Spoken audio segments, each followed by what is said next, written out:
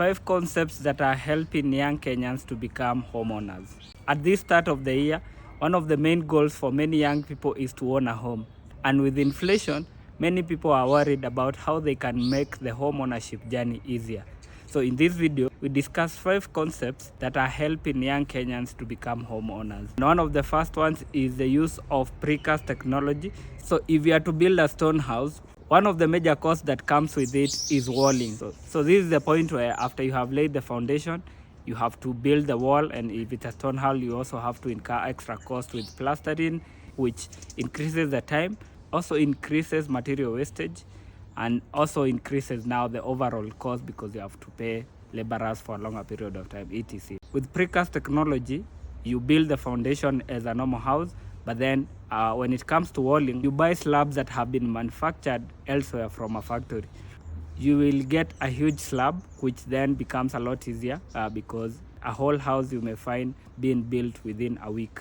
Also, there are certain beams that are used with the precast technology. Many of them are actually, instead of using the concrete slabs, they will use special beams that are made of steel, and then the process becomes a lot easier and also cheaper.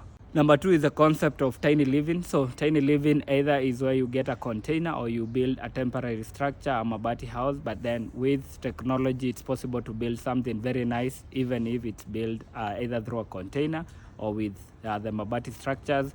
And this becomes a lot easier if you don't want to live far from town. You can lease land and you buy your container, you put up your house there, and you can live close to town. And after a certain number of years, you can move the house elsewhere. So maybe after 10, 15 years, you no longer want to live there. It becomes a lot easier to own a home, even without owning land or even having to put up a lot of money in construction. Number 3 is rent to own. So this is where you come up with a special arrangement with your landlord. Part of the rent that you'll be paying is going to the home ownership. So after paying rent for a number of years, you become a homeowner, and this has made it a lot easier for many Kenyans to own a home. Number 4 is the concept of off-grid commuting. So you may find some Kenyans are opting to build away from town. So because land is a lot cheaper in the outskirts of Nairobi or any other city, so someone will live a bit far away from town and they can buy a relatively bigger piece of land, or if they want a small piece, they will buy a small piece at a much lower cost.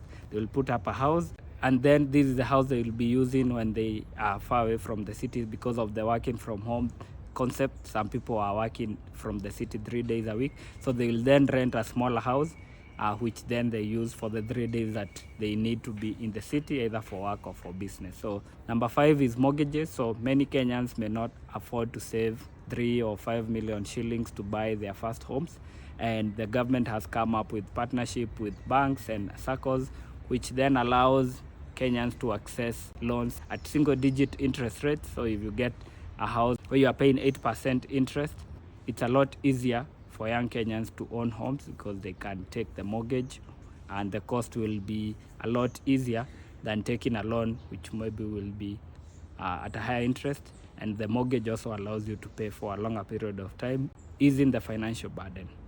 Money254.co.ke has written more about the concepts that are making Kenyans to own homes at a younger age. Click on the link provided to learn more.